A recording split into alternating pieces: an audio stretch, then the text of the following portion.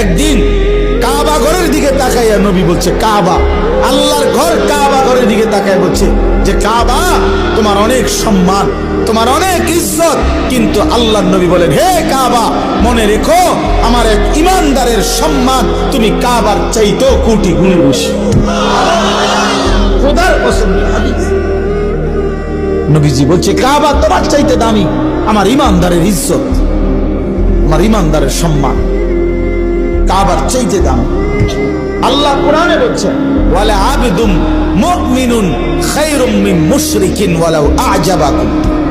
আল্লাহ বলছে মুশরিক, বেঈমান, কাফের যত বড়ই মনে হোক, 10টা পৃথিবীর মালিক হোক, একেবারে 7 সমুদ্র 13 নদীর মালিক হোক, পৃথিবীর সব সম্পত্তির মালিকও যদি হয়, মুশরিক, কাফের, বেঈমান, খোদার কসম আল্লাহ কোরআনে বলে তার চাইতে একজন ইমানদার গোলাম, কৃতদাস, সে খায়রুন, সে উত্তম উত্তম উত্তম।